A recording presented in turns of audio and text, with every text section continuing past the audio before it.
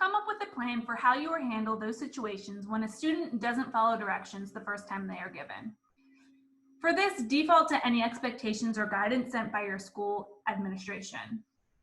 Act early, use a minor intervention or consequence to prevent a major one later, and act reliably. Students should not be surprised they're receiving a consequence because you've made your expectations clear and you are consistent about follow-through.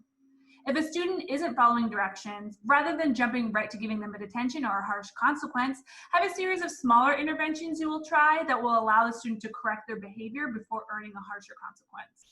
Again, default to what your school administration has to say if they have any specific expectations for this.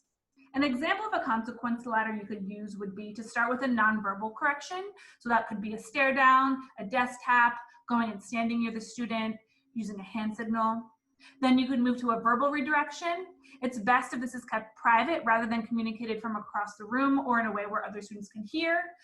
While this is not always realistic, just do your best to try and keep things as private as possible. And be clear and explicit in your conversation. You could simply say the expectation is blank. If you choose to continue to blank, the next step is blank, and then move on. Depending on what the behavior is, moving to a new seat may address the issue, or you may think about another logical consequence that makes sense for the specific issue.